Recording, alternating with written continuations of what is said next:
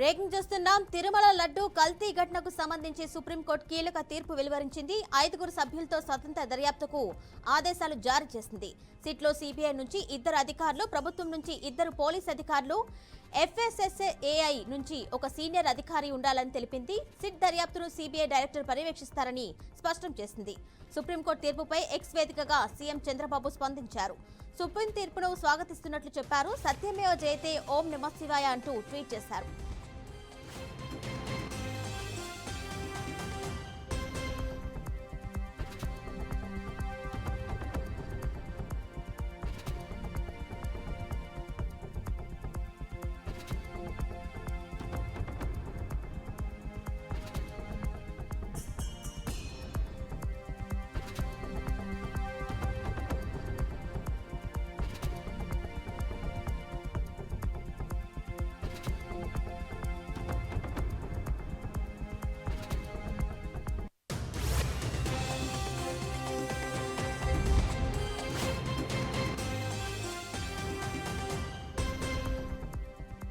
తిరుమల లడ్డు కల్తీ ఘటనకు సంబంధించి సుప్రీంకోర్టు కీలక తీర్పు వెలువరించింది. 5 సభ్యులతో స్వతంత్ర దర్యాప్తుకు ఆదేశాలు జారీ చేసింది.